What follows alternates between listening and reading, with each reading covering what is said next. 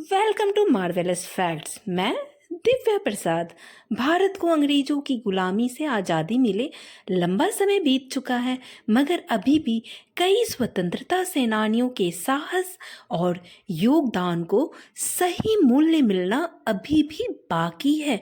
लेखकों और इतिहासकारों द्वारा बड़े पैमाने पर कुछ ऐसे सेनानियों की अनदेखी की गई है जिन्होंने अपनी जान पर खेलकर अंग्रेजों से लोहा लिया और देश की आज़ादी की नींव रखी।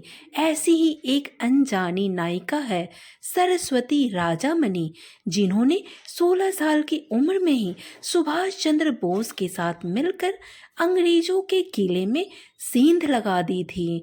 सरस्वती राजमणि का जन्म 1927 में बर्मा में स्वतंत्रता सेनानियों के परिवार में हुआ था।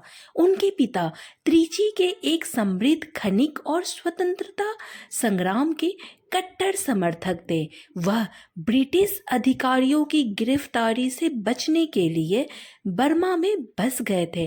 राजमणि एक उदार परिवार में पली बढ़ी, जहां लड़कियों के लिए बहुत कम या कोई प्रतिबंध ही नहीं था।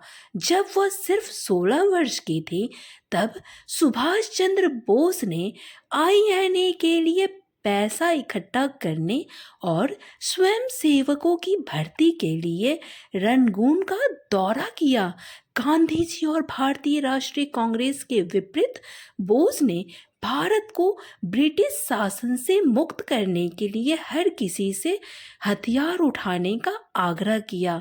उनके उग्र भाषण से प्रभावित होकर राजमणि ने अपने सभी कीमती सोने और हीरे के आभूषण उतार दिए और उन्हें भारतीय राष्ट्रीय सेना को दान कर दिया।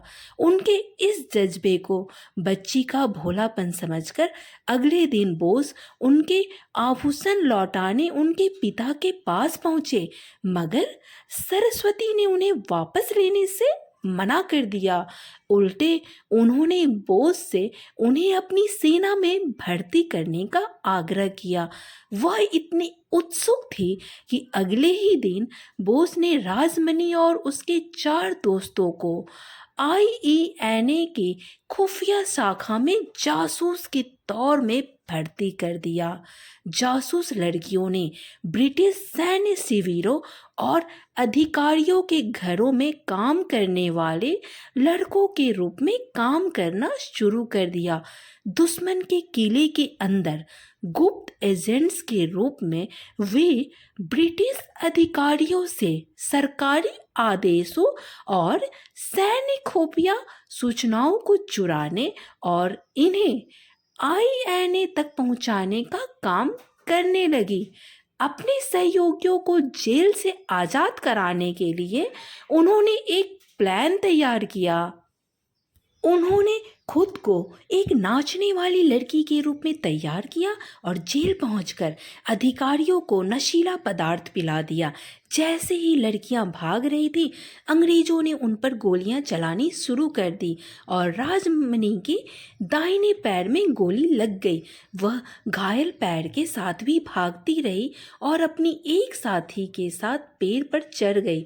उन्होंने 3 दिनों तक यहीं डेरा डालकर रखा, जब तक अंग्रेजों ने अपना तलाशी अभियान जारी रखा। नेताजी बोस उनकी बहादुरी और सूझबूझ से इतने प्रभावित हुए कि उन्हें आईएनए की झांसी रानी ब्रिगेड में लेफ्टिनेंट का पद दिया। वह देश की पहली महिला जासूस थी जिन्होंने सीधे अंग्रेजी किले में घुसकर अपनी जान की बाजी लगाई। आज़ादी के बाद लंबे समय तक वह चेन्नई में एक जर्जर और तंग एक कमरे के अपार्टमेंट में अकेली रहती रही, जो केवल नेताजी बोस की तस्वीरों से सजा था। 13 जनवरी 2018 को उनकी मौत हो गई। दोस्तों, अगर वीडियो अच्छे लगे तो वीडियो को लाइक एंड शेयर कर दें और हमारे चैनल मार्वेलस फैक्ट्स को सब्सक्राइब कर दें। फिर मिलते हैं नेक्स्ट वीडियो में। जय हिंद।